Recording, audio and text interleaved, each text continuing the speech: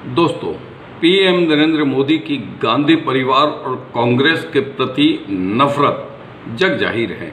इस वीडियो में हम इसी पर चर्चा करेंगे कि आखिरकार मोदी जी की राहुल गांधी, सोनिया गांधी, गांधी परिवार और कांग्रेस के प्रति इस नफरत की असली वजह क्या है। इस नफरत के पीछे जो गहरा राज छुपा हुआ है वह असल में क्या है। यह नफरत सिर्फ राजनीतिक रूप से ही हो ऐसा नहीं है। दरअसल इस नफरत के पीछे गहरा राज छुपा हुआ है जो बहुत कम लोग समझ पाए होंगे।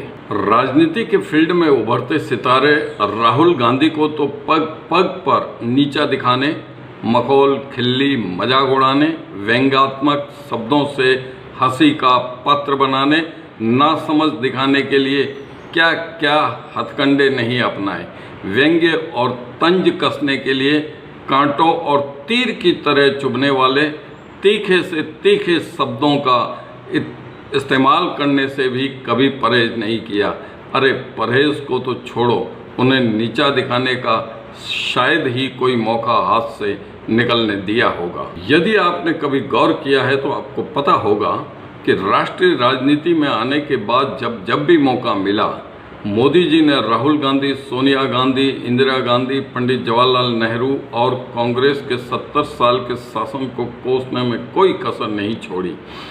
आरंभ में तो लोगों ने सोचा होगा कि चूंकि मोदी आरएसएस की पृष्ठभूमि से आते हैं तो वे अपनी खुन्नस निकाल रहे होंगे, पर जब 9 साल से बात बात पर इन सबको कोसने का सिलसिला लगातार जारी रखा तो रफ्ता रफ्ता लोगों को एहसास होने लगा कि हो न हो यह सब मोदी जी सोची समझी स्ट्रेटेजी के तहत कर रहे हैं। और वह स्ट्रेटेजी है राहुल और सोनिया गांधी से डर, भय और खौफ। हो न हो मोदी जी के जहन में कहीं न कहीं यह डर जरूर सताता रहा हो कि उनकी सत्ता को देर सवेर भी यदि कोई चैलेंज कर सकता है, या यूं कहे कि उनके हाथ से यदि कोई सत्ता छीन सकता है तो वह राहुल गांधी, सोनिया गांधी और प्रियंका गांधी हो सकते हैं।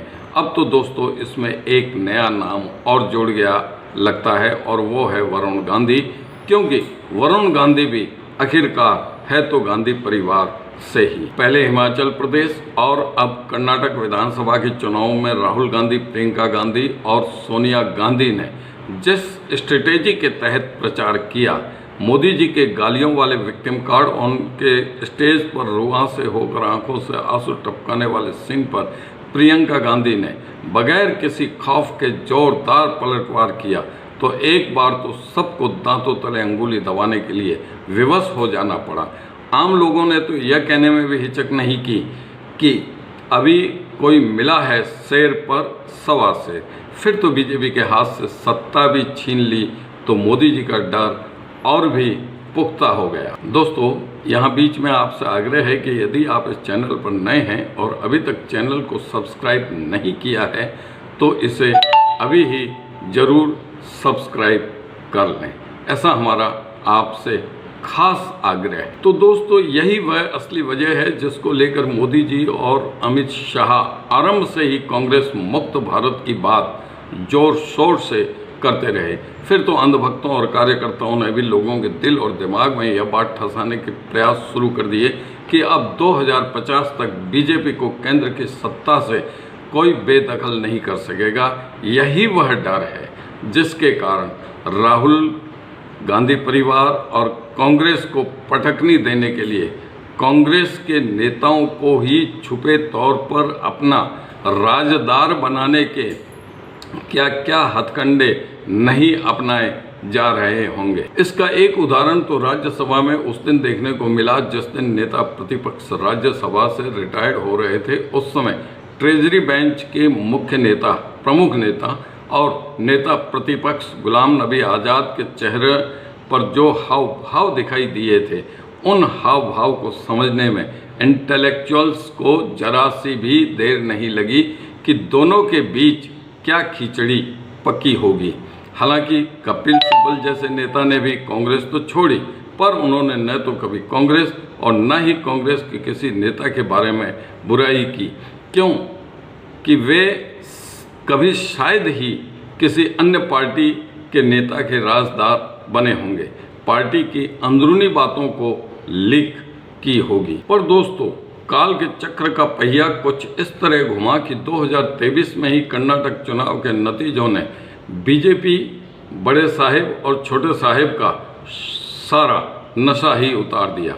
चुनाव में 100% जीत के उनके दावे को चकनाचूर कर दिया, सबको यथार्थ के धरातल पर लाकर उतार दिया। साथ ही यह सोचने पर मजबूर कर दिया कि आगे भी राहुल को दरकिनार करने के तमाम तरीके, तमाम जरिए, तमाम पैतरे, तमाम दांव पेच फेल होते रहे तो 2024 में जीत का सहरा बांधकर लगातार तीसरी बार पीएम की कुर्सी पर काबिज होने का सपना चकनाचूर हो सकता है। इसे कहते हैं दोस्तों वक्त। वक्त की बात 9 साल पहले क्या वक्त था और अब वही वक्त बदल कर क्या हो गया। खैर दोस्तों, इस वीडियो में बस इतना ही।